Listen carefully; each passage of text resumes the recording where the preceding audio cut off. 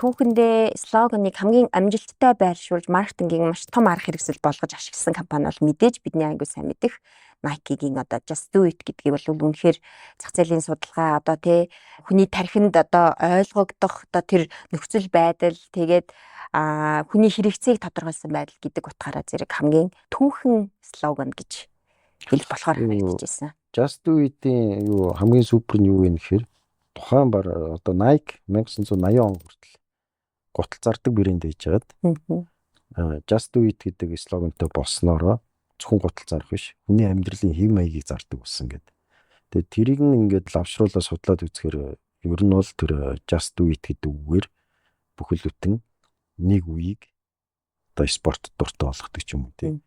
Тэгээд ямар нэг одоо ингээд ажил гаццсан тийм. Ер нь ингээд бүх ийм асуудалтай болцсон байгаа хүмүүсийг тэр асуудлаасаа одоо л хийхгүй бол хизээч хийхгүй штэ гэдэг мессежээр ингээд бүр одоо Nike компани бүхэл бүтэн чиглэлийг өөрчилсөн гэж гарч ирлээ.